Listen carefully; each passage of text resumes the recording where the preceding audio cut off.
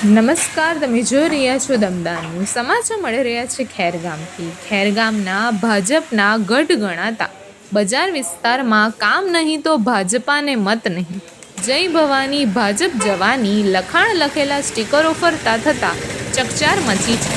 ખેરગામ તાલુકાના મુખ્ય મથક એવા બજાર વિસ્તારમાં ડ્રેનેજ લાઇનની વર્ષો જૂની સમસ્યા આજ દિન સુધી હલ થઈ શકી નથી અને તેમાં હાલમાં તાલુકા જિલ્લા પંચાયત નજીકમાં આવી રહી છે. ત્યારે ગટર લાઇનની સમસ્યાથી પીડિત વ્યક્તિઓએ બજાર વિસ્તારમાં ભવાની માતાના મંદિર સહિત અન્ય સ્થળોએ કાગળો ચોંટાડી દેતા આ મુદ્દો આસપાસના સમગ્ર વિસ્તારમાં ચર્ચાનું કેન્દ્ર બન્યું છે.